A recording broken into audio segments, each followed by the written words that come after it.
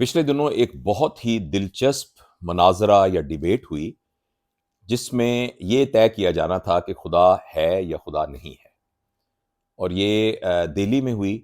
شمائل ندوی صاحب ہیں، مفتی شمائل ندوی، اور جاوید اختر جو کہ ایک شاعر ہیں اور ایک دانشور ہیں، ان کے درمیان ایک بحث ہوئی۔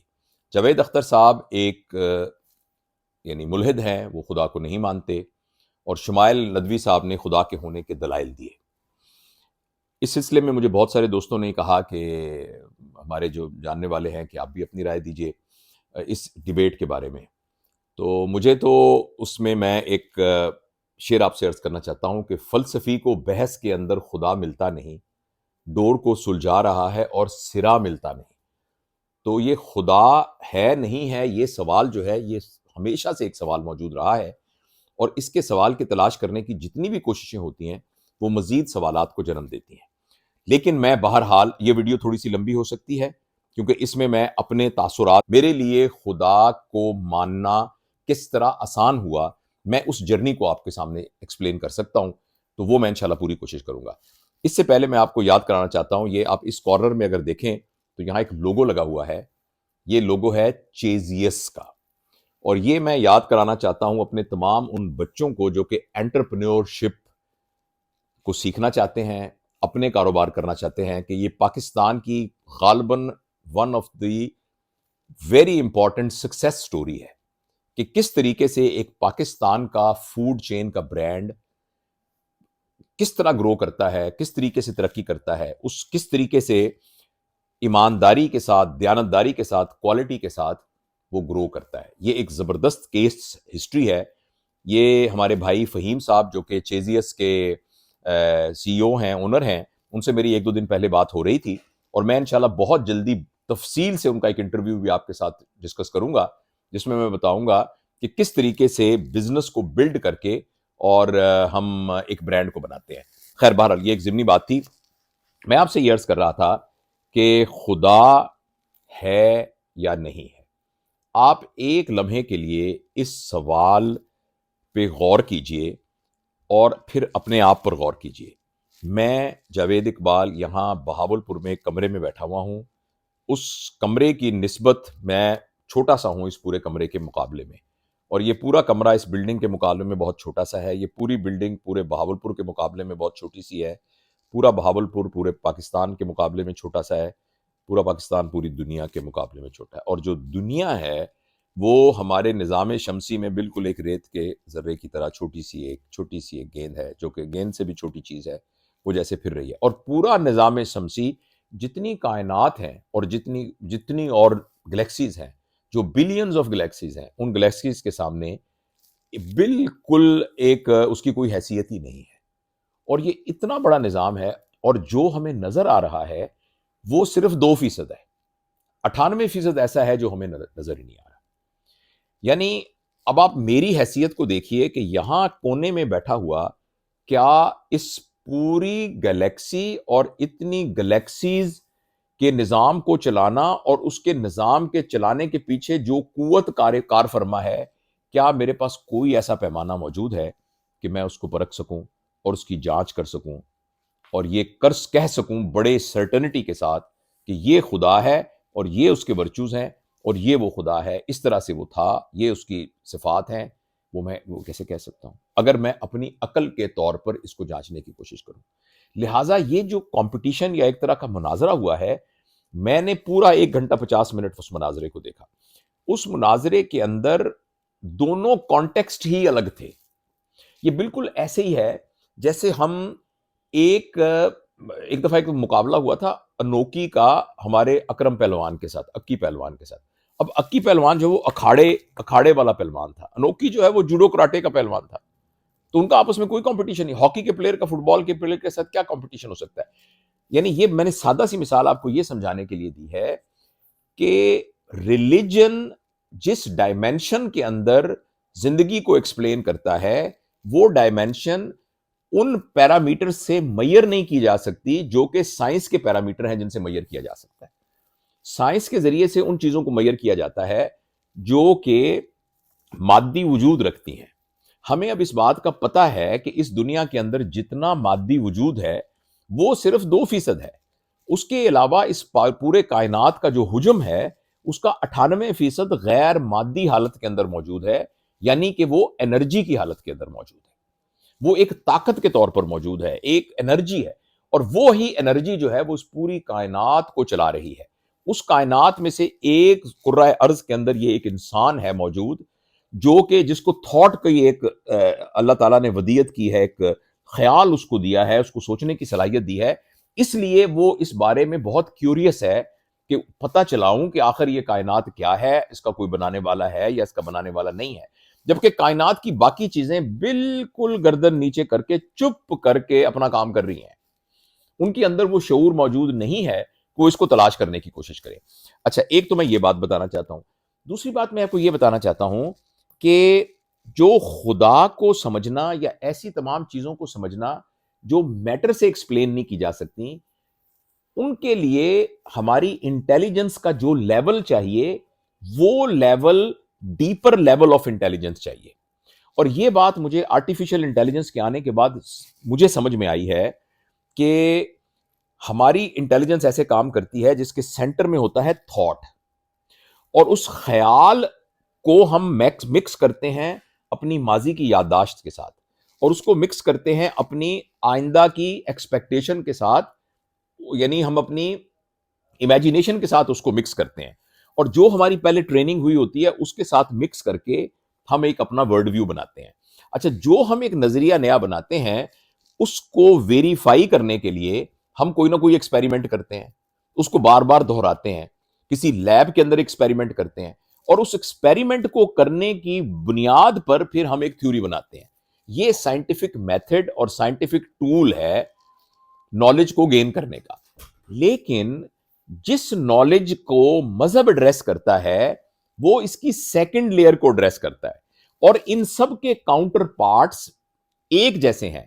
جس طریقے سے ہماری انٹیلیجنس اور ہماری لاجیکل انڈرسٹینڈنگ اور ہماری سائنٹیفک انڈرسٹینڈنگ تھاٹ سے نکلنے کے بعد پھر پاسٹ اور فیوچر کی ملانے کے بعد پھر ایک ایکسپیریمنٹ، اور اس ایکسپیریمنٹ میں سے گزرنے کے بعد پھر اس کے نتیجے میں ایک تھیوری بنا کے ایک نالج کا ویو بناتی ہے.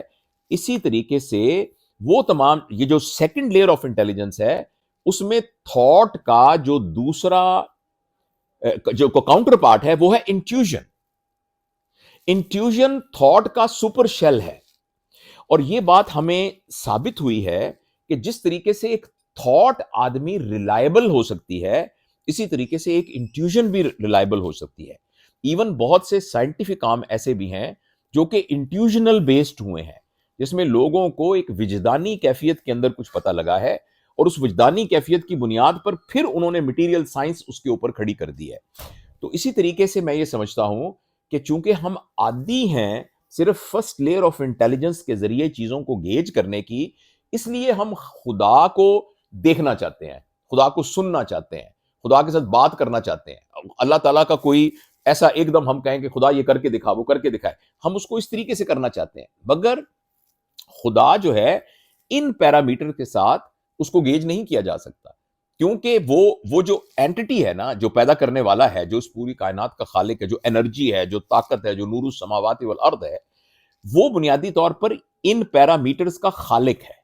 یہ پیرامیٹرز، یہ اصول، یہ پرنسپل جن کے تحت فزکس کے پرنسپل، بایولوجی کے پرنسپل، کیمسٹری کے پرنسپل اور یہ جتنے میکینکس کے پرنسپل، یہ سارے پرنسپل ان بلڈ اس کے ہمارے اس پوری کائنات کے نظام کے اندر ان بلٹ ہیں، اور یہ اس میکینزم کے ساتھ یوں اپنی چل رہی ہے.